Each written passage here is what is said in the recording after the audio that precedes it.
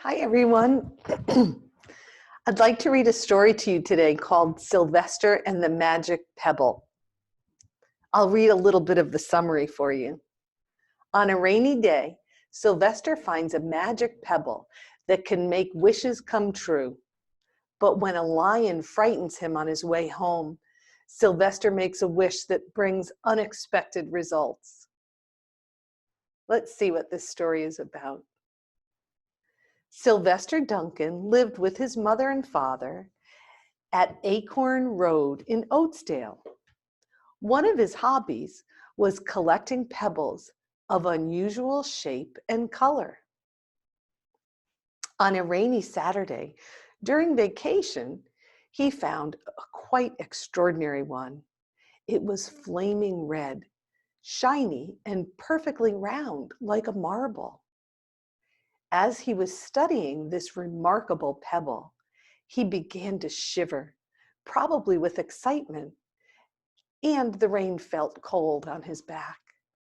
"I wish it would stop raining," he said. To great surprise, the rain stopped. It didn't stop gradually, as rain usually does. It ceased. The drops vanished on the way down. The clouds disappeared. Everything was dry, and the sun was shining as if the rain had never existed. In all his young life, Sylvester had never had a wish gratified so quickly. It struck him that magic must be at work, and he guessed that the magic must be in the remarkable-looking red pebble, where indeed it was. To make a test, he put the pebble on the ground and said, "I wish it would rain again." Nothing happened. But when he said the same thing, holding the pebble in his hoof, the sky turned black. There was lightning and a clap of thunder, and the rain came shooting down. "What a lucky day this is," thought Sylvester. "From now on, I can have anything I want. My father and mother can have anything they want. My relatives and friends and anybody at all can have everything anybody wants." It's nice that Sylvester thinks about fulfilling the wishes of others and not just himself. He wished the sunshine back in the sky, and he wished a wart on his left hind fetlock would disappear, and it did. And he started home, eager to amaze his father and mother with the magic pebble. He could hardly wait to see their faces. Maybe they wouldn't even believe him at first. And as he was crossing Strawberry Hill, thinking of some of the many, many things he could wish for, he was startled to see a mean, hungry-looking lion looking right at him from behind some tall grass. He was frightened. If he hadn't been so frightened, he could have made the lion disappear, or he could have wished himself safe at home with his father and mother. He could have wished the lion would turn into a butterfly or a daisy or a gnat. He could have wished many things, but he panicked and he couldn't think carefully. "I wish I were a rock," he said, and he became a rock. The lion came bounding over, sniffed the rock 100 times, walked around and around it, and went away, confused, perplexed, puzzled, and bewildered. "I saw that little donkey as clear as day. Maybe I'm going crazy," he muttered. And there was Sylvester, a rock on Strawberry Hill, with the magic pebble lying right beside him on the ground, and he was unable to pick it up. "Oh, how I wish I were myself again," he thought, but nothing happened. He had to be touching the pebble to make the magic work, but there was nothing he could do about it. His thoughts began to race like mad. He was scared and worried. Being helpless, he felt hopeless. He imagined all the possibilities, and eventually he realized that his only chance of becoming himself again was for someone to find the red pebble and to wish that the rock next to it would be a donkey. Someone would surely find the red pebble. It was so bright and shiny. But what on earth would make them wish that a rock were a donkey? The chance was 1 in a billion at best. Sylvester fell asleep. What else could he do? Night came with many stars. Meanwhile, back at home, Mr. and Mrs. Duncan paced the floor, frantic with worry. Sylvester had never come home later than dinner time. Where could he be? They stayed up all night, wondering what had happened, expecting that Sylvester would surely turn up in the morning. But he didn't. Of course, Mrs. Duncan cried a lot, and Mr. Duncan did his best to soothe her. Both longed to have their dear son with them. "I will never scold Sylvester again as long as I live," said Mrs. Duncan, "no matter what he does." At dawn, they went about inquiring all of the neighbors. They talked to all the children, the puppies, the kittens, the colts, the piglets. No one had seen Sylvester since the day before yesterday. They went to the police. The police could not find their child. All the dogs in Oatsdale went searching for him. They sniffed behind every rock and tree and blade of grass, into every nook and gully of the neighborhood and beyond, but found not a scent of him. They sniffed the rock on Strawberry Hill, but it smelled like a rock. It didn't smell like Sylvester. After months of searching the same places over and over again and inquiring of the same animals over and over again, Mr. and Mrs. Duncan no longer knew what to do.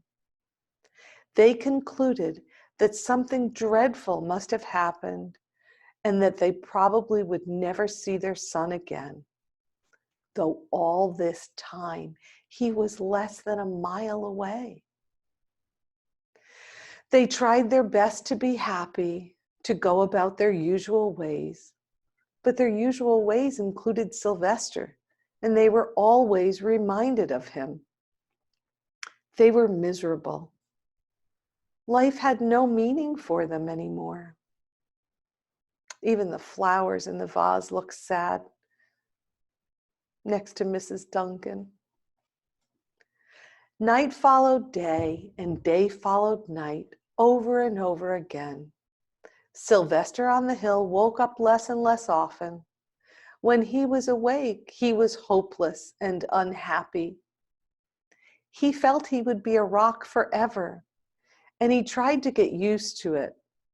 He went into an endless sleep. The days grew colder. Fall came, with the leaves changing color.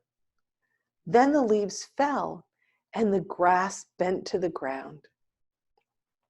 Then it was winter. The winds blew this way and that.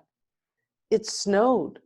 Mostly the animals stayed indoors, living on the food they had stored up. One day, a wolf sat on the rock that was Sylvester and howled because he was hungry. Then the snow melted, the earth warmed up in the spring sun, and things budded. Leaves were on the trees again, and flowers showed their young faces. One day in May, Mr. Duncan insisted that his wife go with him on a picnic. "Let's cheer up," he said. "Let us try to live again and be happy, even though Sylvester, our angel, is no longer with us."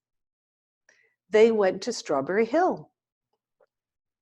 Mrs. Duncan sat down on the rock. The warmth of his own mother sitting on him woke Sylvester from his deep winter sleep. How he wanted to shout, "Mother, Father, it's me, Sylvester. I'm right here." But he couldn't talk. He had no voice. He was stone dumb. Mr. Duncan walked aimlessly about while Mrs. Duncan set out the picnic food on the rock. Alfalfa sandwiches, pickled oats, sassafras salad, Timothy compote. Suddenly, Mr. Duncan saw the red pebble. "What a fantastic pebble," he exclaimed. "Sylvester would have loved it for his collection." He put the pebble on the rock. They sat down to eat. Sylvester was now as wide awake as a donkey that was a rock could possibly be. Mrs. Duncan felt some mysterious excitement.